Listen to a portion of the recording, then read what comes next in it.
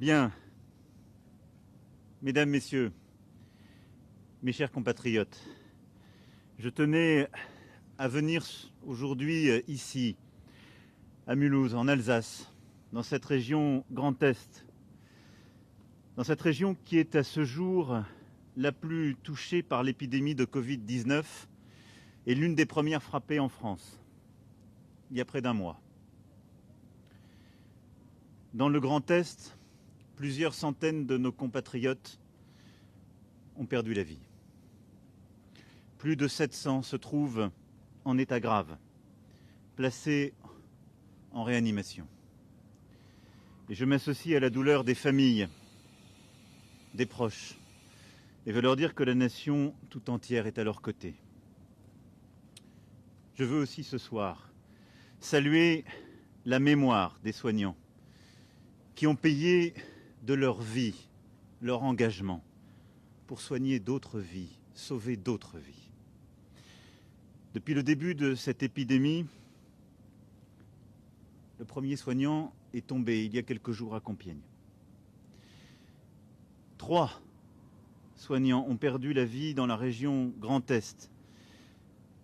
Ils avaient décidé de soigner coûte que coûte. Un gynécologue obstétricien ici à Mulhouse, un médecin généraliste dans la commune de l'hôpital en Moselle et un médecin généraliste à Colmar. Une ville, elle aussi, très durement touchée. Nos pensées accompagnent leurs familles, leurs proches, toute la communauté des soignants. Mes chers compatriotes, je vous ai dit il y a quelques jours que nous étions engagés dans une guerre contre un ennemi invisible, ce virus, le Covid-19. Et cette ville, ce territoire, porte les morsures de celui-ci. Lorsqu'on engage une guerre, on s'y engage tout entier.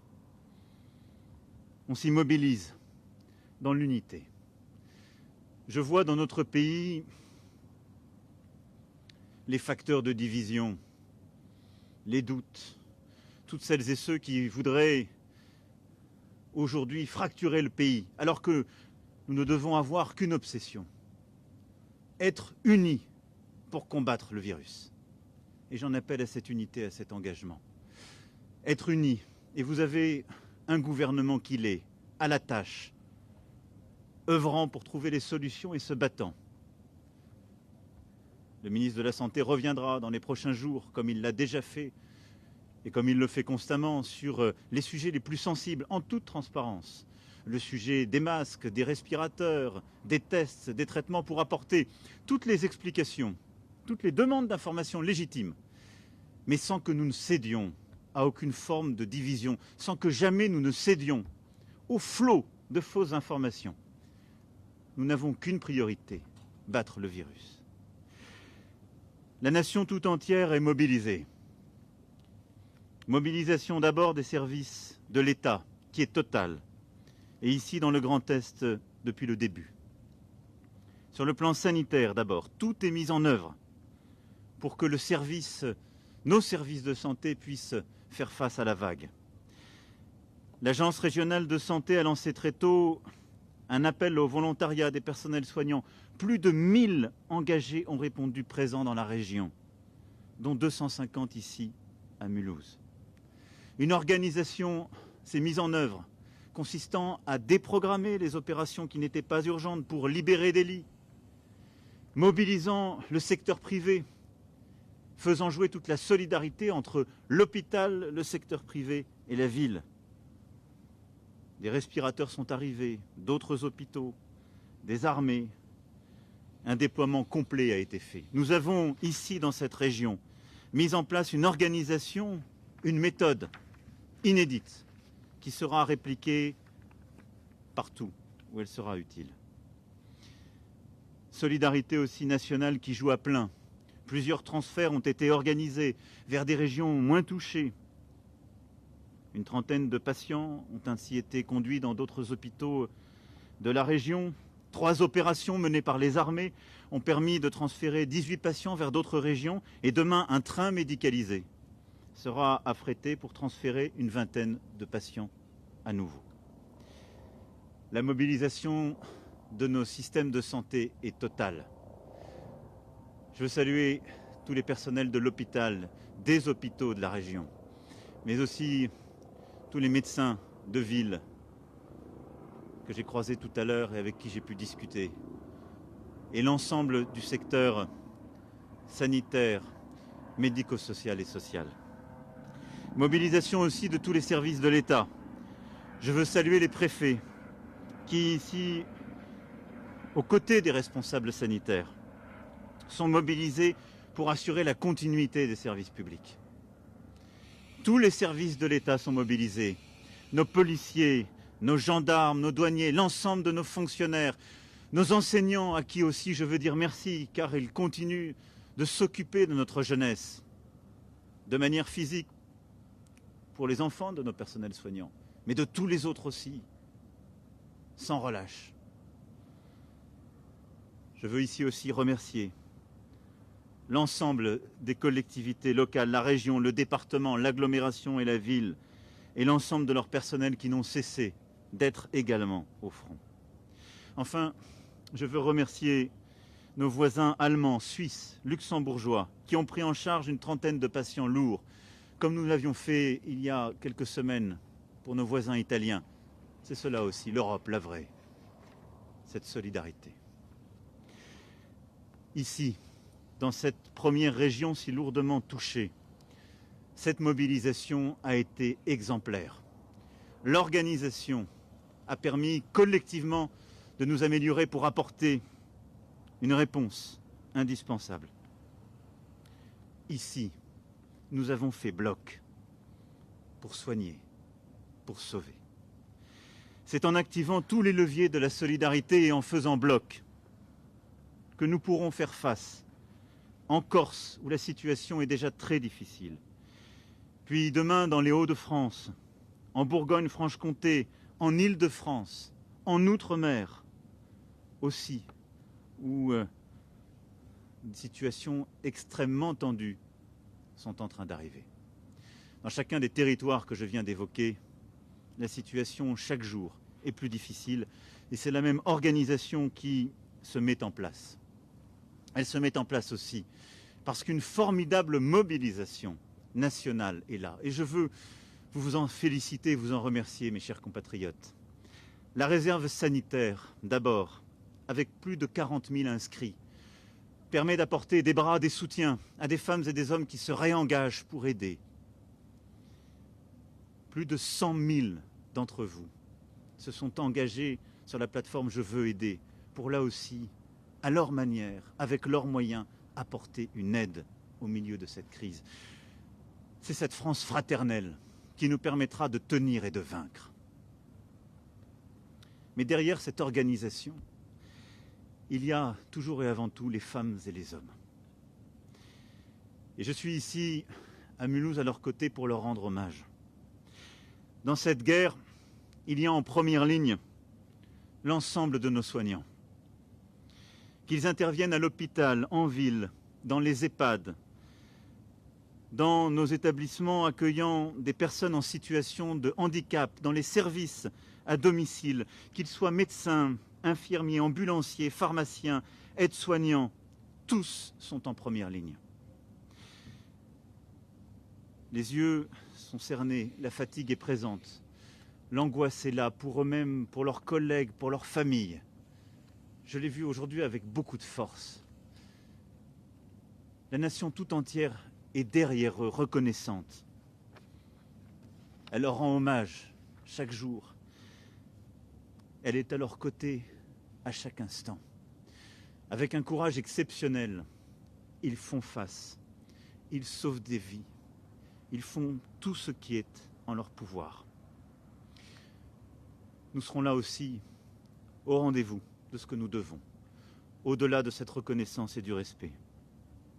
J'ai demandé au gouvernement d'apporter une réponse claire et forte, de court terme, pour l'ensemble des personnels soignants comme pour l'ensemble des fonctionnaires mobilisés afin de majorer les heures supplémentaires effectuées et sous forme d'une prime exceptionnelle, pouvoir accompagner financièrement cette reconnaissance.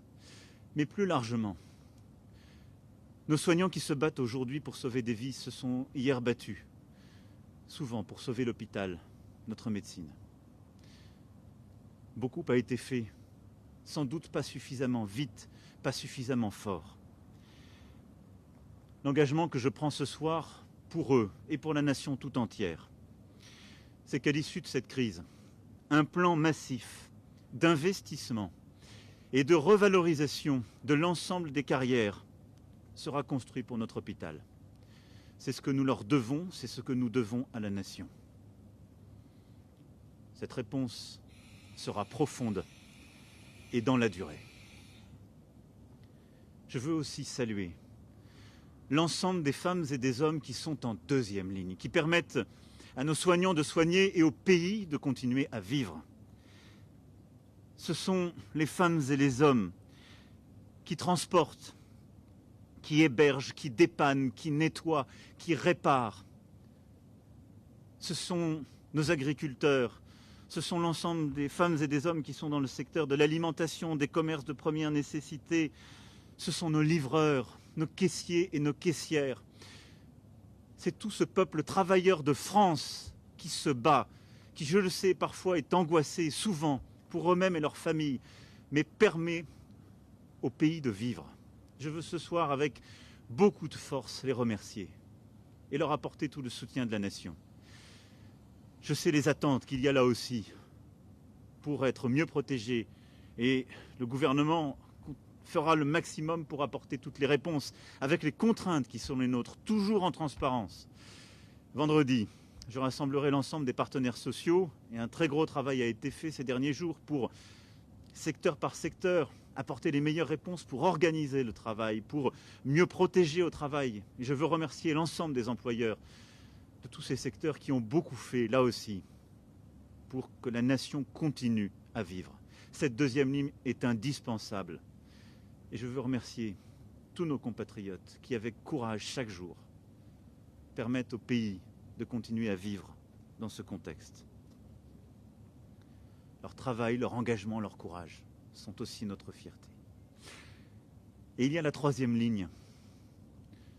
Celles et ceux qui peuvent télétravailler ou rester à la maison, arrêter leur activité pendant un temps, qui sont contraints parce que le secteur d'activité a fermé, et qui contribuent aussi à l'effort de la nation en restant chez eux, en respectant les règles de confinement qui ont été édictées par le gouvernement, en réduisant les contacts, en luttant contre la propagation du virus. Je vous remercie, mes chers compatriotes, de cette part que vous prenez à l'effort collectif. Elle est indispensable pour protéger notre système de santé, pour ralentir ce virus et protéger l'ensemble de nos soignants, nos réanimateurs, permettre de sauver un maximum de vies, protéger aussi nos aînés et les plus fragiles. Chacun a un rôle.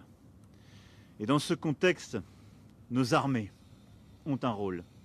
Et je veux les en remercier et je terminerai par là. Nos armées sont déjà mobilisées, comme ici à Mulhouse, avec cet hôpital de campagne dans lequel je viens de me rendre.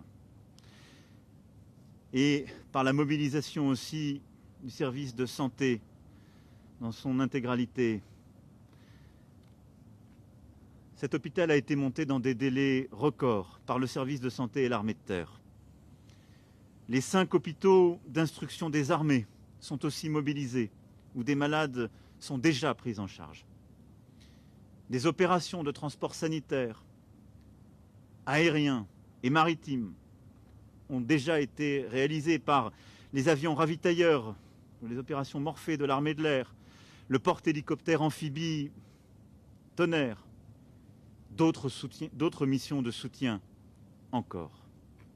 Partout, je le sais, nos militaires sont prêts et déterminés. Nous sommes en guerre et face à ce qui se profile,